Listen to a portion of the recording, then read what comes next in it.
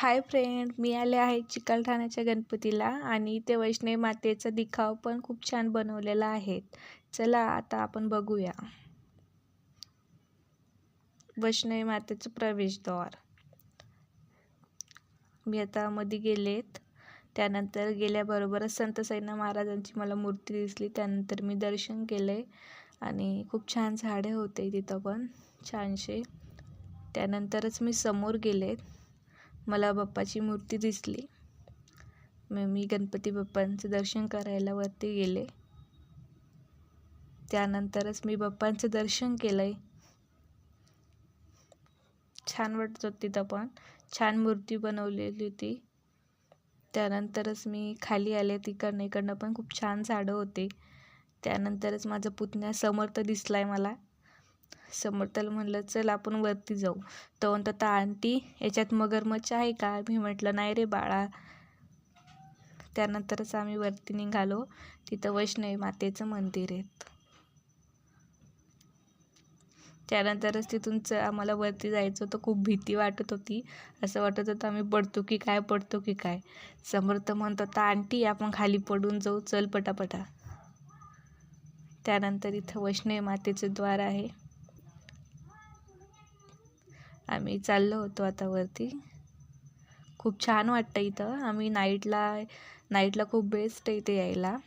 पण मग नाईटला येणार होतो पण मग मला व्हिडिओ वगैरे काढायला जमलं नसतं. हे बघा इथं वैष्णवी मातेचं भुईगर आहे. आम्ही आता मध्ये चाललोय. समोर तो म्हणतात आंटी बघ खाली काय. हे बघा वैष्णवी मातेचं भुईगर. आम्ही मध्ये गेलो. त्यानंतर मी समर्थाला म्हटलं देवीचं दर्शन घे म्हटलं. वैष्णवी माता आहे. त्यानंतर आम्ही दर्शन घेतलं आणि बाहेर निघालो. खूप छान आहेत.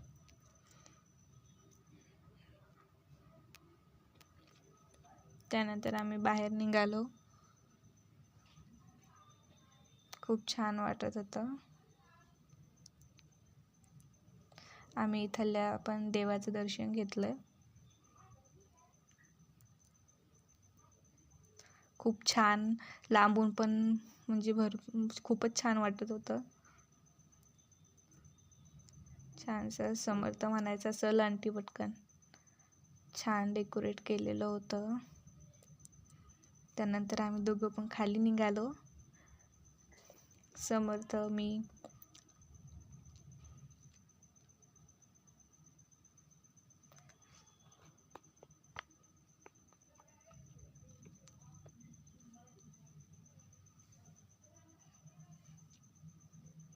त्यानंतर थांबलो आणि हे व्हिडिओ काढत होते त्यांना म्हटलं हो तुम्ही पण या ना व्हिडिओमध्ये.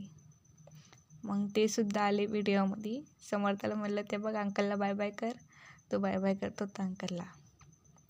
मग त्यानंतर आम्ही नदी बघायला गेलो. तो म्हणत होता आंटी चल पटकन खाली. त्यानंतर आम्ही नदी बघत होतो. तो म्हणत होता आंटी याच्यात माशा मगरमच्छ नाही का? मी म्हटलं नाही रे बाळा त्याच्यात मगरमच्छ माशा नाही येत.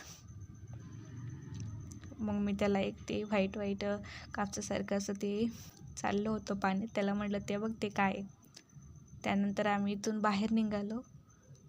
त्यानंतर समर्थ म्हणत होता आंटी माझी शूज राहिलेला आहे तर माझा शूज घे. मी म्हटलं हो थांब थोडं आपण बाहेर निघू. मग आम्ही बाहेर निघालो. समर्थ त्या दादाच्या चष्म्याला हात लावत होता. त्याला म्हटलं रे हात नको बाय बाय कर.